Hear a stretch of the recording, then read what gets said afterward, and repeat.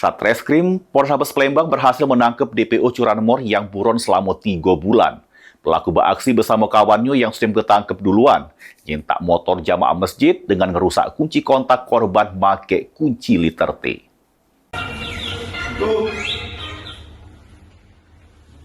Sesudah mendapatkan informasi keberadaan pelaku, anggota unit Ranmor Satreskrim Polrestabes Palembang menggerebek tempat bersingit Dito Devano Akbar, DPO curanmor yang buron selama 3 bulan.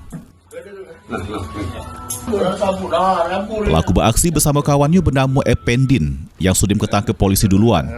Juru aksinya, pelaku nyentak motor jamaah masjid yang korbannya lagi sholat subuh di Jalan PDAM Gandus Palembang. Ranmor di salah satu masjid Gandus. Pas itu kawannya kepergok warga sehingga ketangkep di TKP. Sedangkan tersangka Dito berhasil melari ke diri. Kejadiannya adalah ketika korban memarkirkan kendaraan pada saat sholat subuh. Kendaraan tersebut diambil oleh pelaku dan sempat dikejar oleh masyarakat. Dan satu orang tersangka sudah berhasil diamankan pada saat di TKP. Namun tersangka DT ini baru berhasil diamankan yang statusnya DPO. Ini tersangka Dito dijebloskan di sel tahanan Polrestabes Palembang terancam hukuman di pojok 5 tahun penjara. Mulyadi, Bang TV.